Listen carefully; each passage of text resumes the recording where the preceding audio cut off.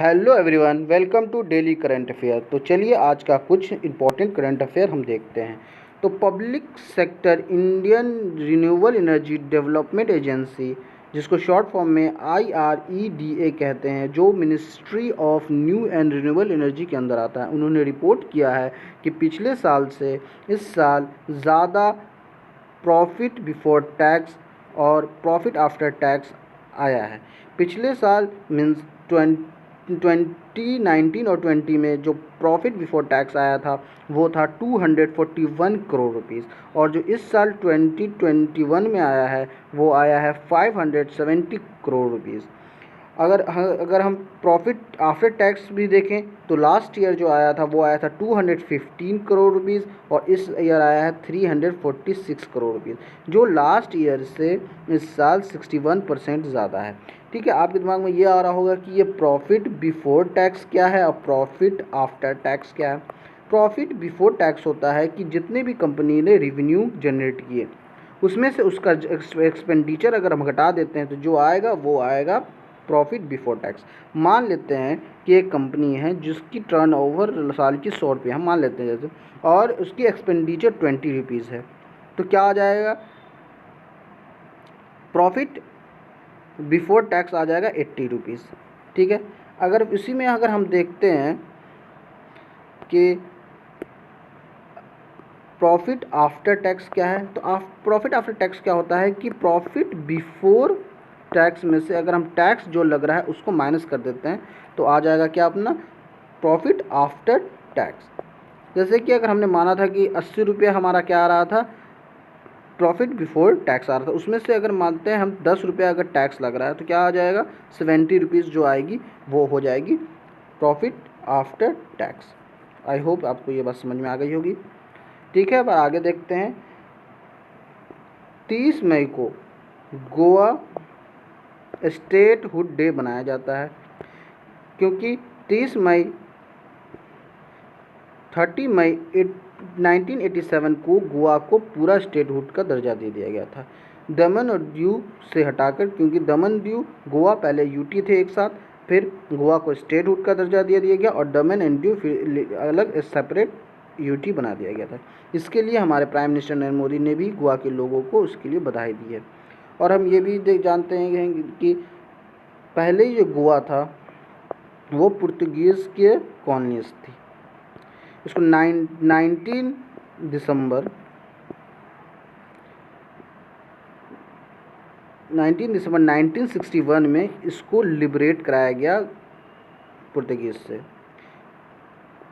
तब से ये एक गोवा इंडिया में शामिल हुआ 1961 से।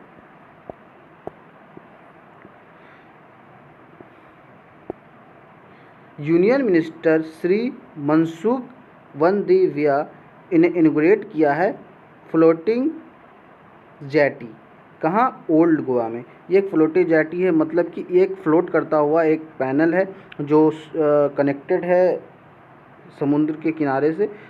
ठीक है, जो हेल्प करेगा शिप या फेरी या क्रूज़ को वहाँ से जाने में। क्या होता है, मतलब ये जेटी होता है गैप।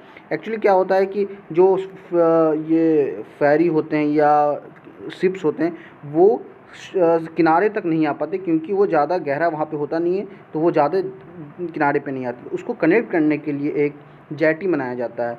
ठीक है, तो ये फ्लैटी जेटी है ना, फ्लोटिंग जेटी एक इनॉग्रेट किया गया है ओल्ड गोवा में। और जो मिनिस्टर है वो कह रहे हैं कि हम ओल्ड गोवा को और पंजिम को कनेक्ट करेंगे फेरी और क्रूज़ के द्वारा।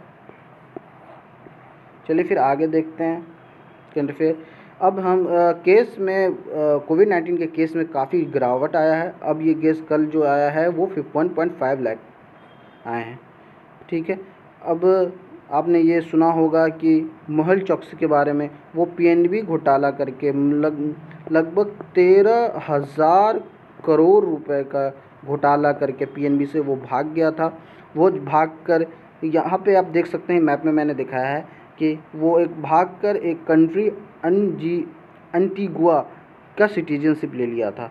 और वो एंटीगुना में रह रहा था। वहाँ से वो वैकेशन या घूमने अपने गर्लफ्रेंड के साथ डोमिनिका में गया था। वहाँ से उनको अरेस्ट कर लिया गया है।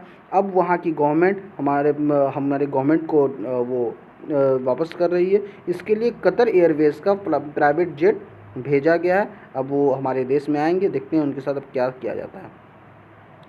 और 2 इंसान को कोविड-19 के विक्टिम बॉडी को नदी में फेंकते हुए पकड़ाया गया है, उनको अरेस्ट किया गया है। जो हमारे देश में अभी सेंट्रल विस्टा प्रोजेक्ट चल रहा है, मीन्स जो पार्लियामेंट बन रहा है अभी, ठीक है, उसके लिए आज है ना हाई कोर्ट में सुनवाई होगी। बहुत सारे पिटीशन डाले गए थे ताकि अभी पेंडेमिक का वक्त है, अभी हमें प्रायोरिटी ऑफ वर्क को चेंज करना चाहिए। अभी इस काम को रोक कर जितने भी हेल्थ इंफ्रास्ट्रक्चर वगैरह पे खर्च करना चाहिए। इसके लिए कुछ PIL डाले गए थे हाई कोर्ट में। उस पर आज सुनवाई है कि जो सेंट्रल विस्टा प्रोजेक्ट है, जो पार्लियामेंट बन रहा है, उस पर आगे काम होगा कि नहीं होगा, इस पर आज सुनवाई होगी।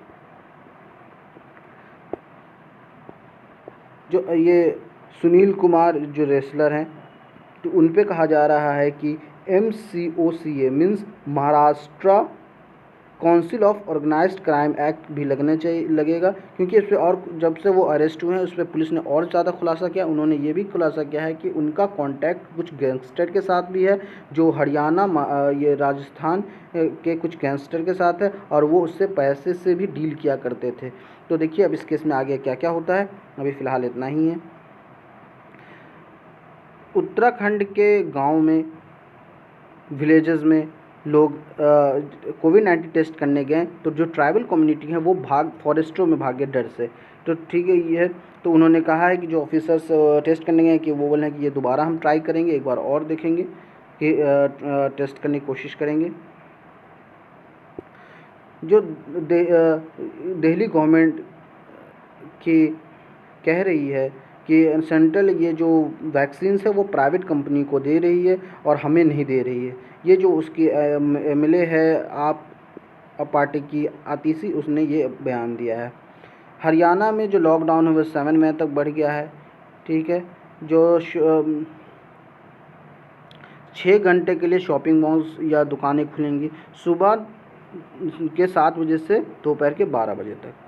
यूपी में भी जो लॉकडाउन है उसको रिस्ट्रिक्शन को कम करने की बात किया जा रही है। कहा जा रहा है कि 55 डिस्ट्रिक्ट में जो है लॉकडाउन को बहुत कम कर दिया जाएगा, रिस्ट्रिक्शन कम कर दिया जाएगा, और 20 डिस्ट्रिक्ट में ही ठीक रिस्ट्रिक्शंस रहेंगे।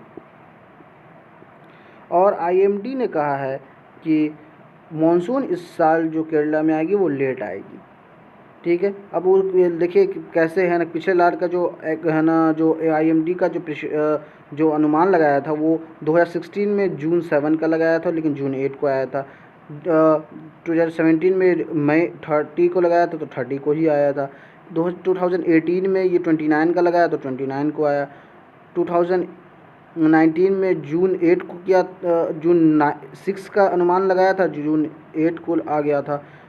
2020 में जून 5 का अनुमान था, लेकिन जून 1 को आ गया था। तो ये IMD जो अनुमान लगाती है उसके आसपास ही मानसून हमारे देश में आता है। तो thank you for today's lecture. Hope आप लोग को ये लेक्चर पसंद आया होगा। अगर पसंद आया है तो लाइक करें, नहीं पसंद आया डिसलाइक करें, और बताएं कि आपने डिसलाइक क्यों किया है। Thank you. अगर अच्छा लगे तो please subscribe to my channel. Thank you so much.